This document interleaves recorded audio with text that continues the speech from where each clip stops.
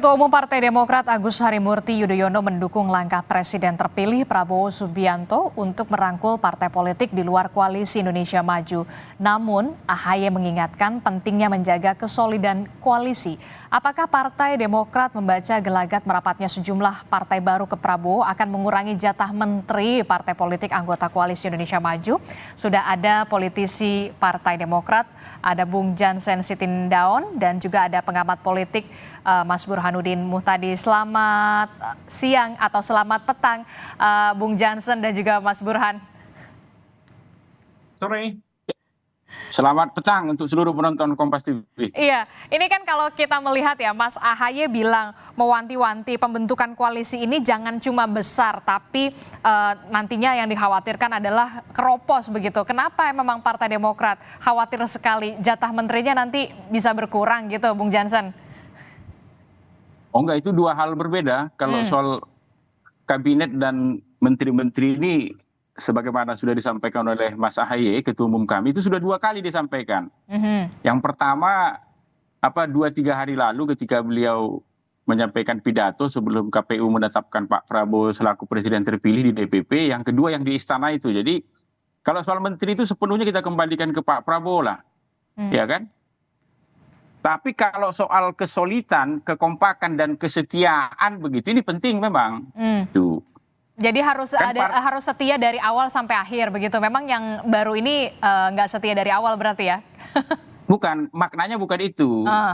Kan pendukung dan pengusung awal Pak Prabowo kan sudah ada Golkar, PAN, Gerindra serta kami Demokrat itu. Untuk memperkuat pemerintahan Pak Prabowo di parlemen tentu kan beliau butuh tambahan. Itu realitasnya begitu, itu nggak bisa kita bantah itu. Betul. Itu dia. Tentu akan masuk nanti 2 atau 3 partai baru kan ke dalam pemerintahan Pak Prabowo besok, kabinet Kim jilid 3 begitulah dia. Yang ditekankan Mas AHY itu tadi. Jadi ya harus solid ya teman-teman yang baru masuk ini nanti, solid, kompak, setia, jangan nanti di tengah jalan berbeda lagi kan gitu. Ntar belok lagi kemana gitu ya? Ya persis. Jadi ini penting ditegaskan di awal ya, tanpa bermaksud kemudian menyampuri, karena kami sepenuhnya sudah menyerahkan soal menteri-menteri ini kepada Pak Prabowo. Beliau jam terbang politiknya sudah sangat tinggi lah. Plus kebutuhan apa yang harus ada dalam kabinet besok beliau juga sudah tahu, serta pengusungnya ini tadi yang awal-awal ini, partai awal-awal ini, pendukung awal Golkar, PAN, Demokrat, Gerindra, beliau juga sudah tahu menteri apa yang cocok untuk 4 partai ini, jumlahnya berapa, portofolionya bagaimana, beliau juga sudah tahu kan. Jadi kami tidak masuk ke soal itu, kami hanya ingin menekankan sebagaimana disampaikan Mas AHY tadi, ya kalau besok teman-teman baru masuk ya ayo kita solid, ya ayo kita kompak, ayo kita setia, jangan lagi berkepala 2, berkepala 3 begitu. Total kita mendukung pemerintahan Pak Prabowo begitu. Karena kan programnya banyak itu kan. Jadi harus solid begitu ya, jangan sampai kemudian ada keraguan ketika berjalannya pemerintahan. Apakah kemudian Mas AHY ini ada keraguan atau kemudian trauma gitu masa lalu antara Nasdem dan juga Partai Demokrat begitu, Bung Jansen? Enggak ada. Politik ini kan biasa aja itu. Yang lalu kan sudah berlalu itu. Ya walaupun tentu ya saya ini pendapat saya selaku kader ya, kita maafkan tapi kan belum tentu kita lupakan begitu. Tapi sekali lagi kan kita bersatu di bawah pemerintahan Pak Prabowo kan. Tentu kepala negara, kepala pemerintahannya, pimpinan ya dari koalisi ini kan Pak Prabowo begitu. Jadi Pak Prabowo nanti yang ngatur kita semua begitu. Itu dia. Jadi harus solid aja, harus kompak begitu. Jangan ular berkepala 2, berkepala 3 lagi besok. Plus tolong teman-teman yang baru begitu baca program-program Pak Prabowo kemarin begitu. Kan ada cukup banyak tuh, ada 10 program prioritas yang ingin dikerjakan tuh. Semoga kita punya pemahaman yang sama untuk kemudian mensukseskan 10 program itu begitu. Sehingga kemudian 1-2 tahun pertama pemerintahan Pak Prabowo ini hasilnya sudah bisa terasa kan. Janji-janji Pak Prabowo itu sudah bisa ditunaikan ke para pemilih begitu. Mas Burhan, Anda menangkapnya seperti apa pernyataan dari Mas AHY ini?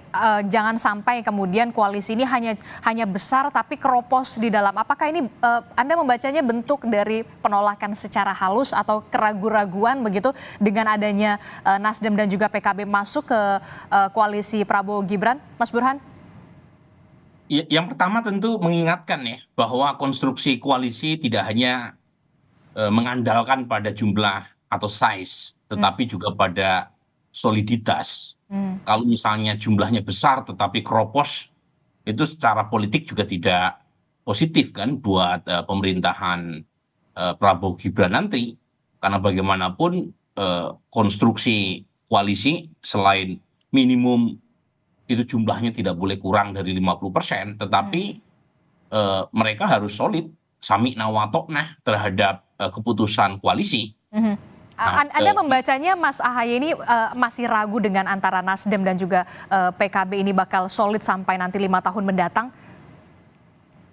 Tentu tidak bisa disalahkan ya kalau ada pihak yang membaca atau mengasumsikan seperti itu, apalagi kita tahu bahwa Nasdem pernah punya pengalaman dengan Partai Demokrat terkait dengan koalisi perubahan, yang gagal untuk memutuskan mendukung Mas Anies untuk digandeng bersama Mas Ahaye, dan kita tahu aktornya adalah Surya Paloh yang saat itu kemudian menggandeng PKB sebagai mitra koalisi barunya. Jadi tidak bisa disalahkan, tetapi lagi-lagi substansinya itu benar apa yang disampaikan oleh Mas Ahaye. Jadi kita menghadapi situasi di mana pengalaman atau tafsiran semacam itu pernah kejadian pada masa pemerintahan Pak SBY pada saat Anda itu, membacanya masih ada trauma itu yang kemudian dikatakan Bung Jansen memaafkan iya tapi tidak tentu serta-merta bisa melupakan begitu. Kalau misalnya ditafsirkan ada trauma bisa saja Adisti, tetapi ini kan pengalaman empirik. Kita menghadapi situasi koalisi multipartai ekstrim, di mana dalam koalisi presidensial dengan konstruksi multipartai, itu partai-partai bebas dan sadansi kalau istilahnya Ibu Mega sana kemari, tanpa diikat dengan belenggu ideologis yang kuat, dan itu yang menjelaskan mengapa perilaku elit politik kita begitu mudah untuk pindah ke hati. Oke, Mas Burhan, jadi kalau kemudian wajar nggak sih kemudian Mas Ahaye begitu dalam tanda kutip Partai Demokrat merasa terancam begitu dengan adanya 2 partai baru yang kemudian masuk ke dalam koalisi Prabowo Gibran ini akan mengancam jatah kursi menteri yang kemudian semakin sedikit untuk Partai Demokrat? Jangan dijawab dulu, Bung Jansen dan juga Mas Burhan, tetaplah bersama kami di Kompas Petang. Dari Mas Burhan juga, Mas Burhan ini mungkin nggak sih kemudian Mas Ahaye dalam tanda kutip ini Partai Demokrat ini berusaha untuk meredam egonya ketika dulu kita lihat ada meninggalkan juga ada yang meninggalkan dan ditinggalkan begitu dari Nasdem. Gini Adisti ya, yang pertama ada kebutuhan secara objektif buat koalisi Indonesia Maju untuk menambah mitra koalisi baru. Ini karena 4 partai utama pendukung Pak Prabowo Gibran itu belum mencapai 50% persatu.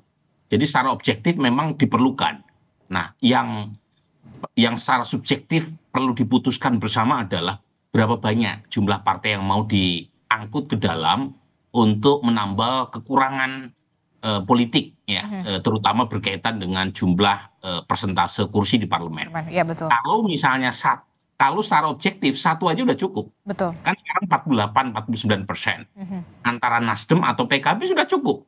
Tetapi kan sepertinya ada perbedaan. Pak Prabowo ada tendensi untuk menarik sebanyak mungkin kekuatan partai ke dalam. Nah, kalau sudah berapa banyak jumlah partai yang diajak, itu bukan lagi diskusi secara objektif dalam pengertian kebutuhan objektifnya cuma 1 partai saja kok. Nggak perlu banyak-banyak. Dan itu penting juga buat mendewasakan sistem demokrasi kita agar jangan seluruh kekuatan dibawa ke dalam. Karena power sharing itu bukan hanya menimbulkan persoalan terkait dengan manajemen koalisi, karena kalau misalnya power sharingnya dengan menarik mitra koalisi baru itu mengurangi porsi yang sebelumnya disediakan buat partai pendukung utamanya waktu pilpres, tentu akan jadi masalah. Nah, kalau misalnya power sharing itu dengan cara menambah kursi kementerian dengan merevisi undang-undang Kementerian Negara, itu juga jadi masalah. Karena 34 jumlah kementerian yang sekarang ditetapkan oleh undang-undang itu termasuk yang paling banyak sedunia. Mau ditambah berapa banyak lagi? Jadi diskusi itu yang saya mungkin belum dituntaskan ya di internal koalisi. Bung Jansen, kalau Demokrat sendiri kemudian khawatir atau tidak kemudian Pak Prabowo ini punya tendensi untuk merangkul sebanyak-banyaknya partai politik ke dalam pemerintahan Prabowo Gibran? Pertama itu dulu tadi ya, Mbak ya, soal kalimat mengancam jatah Demokrat, enggak lah. Ini penting saya luruskan ini karena penonton Oke. Kompas ini kan puluhan sampai ratusan juta orang kan. Jadi jangan dipikir kemudian pernyataan Ketua Umum kami tadi itu kaitannya dengan soal mengancam jatah Demokrat. Sekali lagi kami tegaskan, ya, soal mengangkat-ngangkat menteri itu kita serahkan sepenuhnya kepada Pak Prabowo. Jam terbang beliau di politik ini sudah lebih dari cukup untuk mengetahui apa kebutuhan untuk pemerintahannya besok kan. Plus untuk kami partai-partai yang sejak awal mengusung beliau, ya, beliau juga sudah tahu itu berapa Partai Demokrat dapat berapa, Gerindra berapa, Golkar berapa begitu. Sedikit pun kami nggak ragu untuk soal itu. Jadi yang kedua itu tadi. Kalau pertanyaan Mbak tadi kan bagaimana kalau Pak Prabowo mengajak banyak partai? Kita serahkan kepada Pak Prabowo itu. Nggak ada Jadi masalah. kalau iya, jadi kita ini beruntung sebenarnya di Indonesia ini. Kalau kita ingin studi komparasi sedikit begitu, biar publik juga bisa melihat secara terang benderang.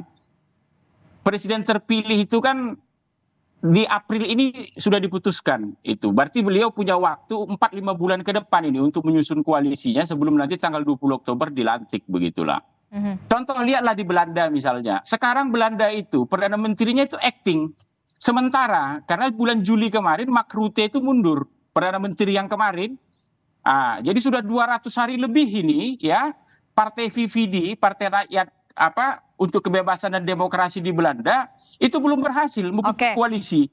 Di bawah ketuanya yang baru Dylan Yesil-Gilfos itu dia. Jadi poin Anda nggak ada masalah soal itu. Kalau misalkan persis. Pak Prabowo.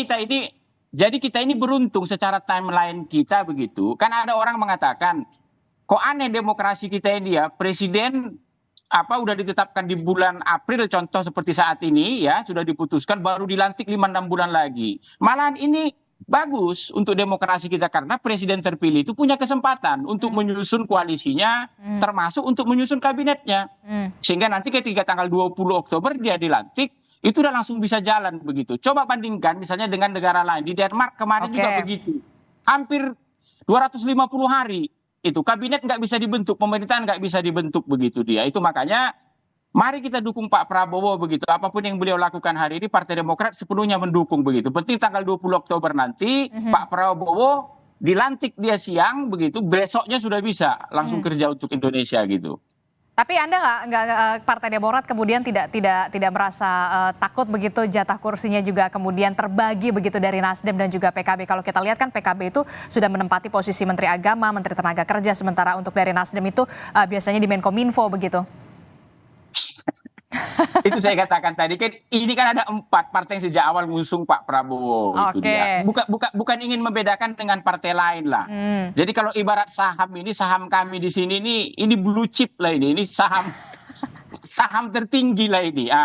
Kalau ibarat di dunia usaha begitu, kami ini adalah kreditor preferen, bukan konkuren begitu dia. Itu makanya selaku partai pendukung utama Pak Prabowo sejak awal, kami mendukung apa yang beliau lakukan sekarang begitu, tanpa perlu takut kemudian seperti bahasa media hari ini, ini akan mengancam jatah Demokrat, jatah Golkar, jatah Gerindra, jatah PAN dan lain-lain begitu. Jauh pikiran kami dari itu. Kami sepenuhnya sudah tahu Pak Prabowo akan buat apa yang terbaik begitu dia.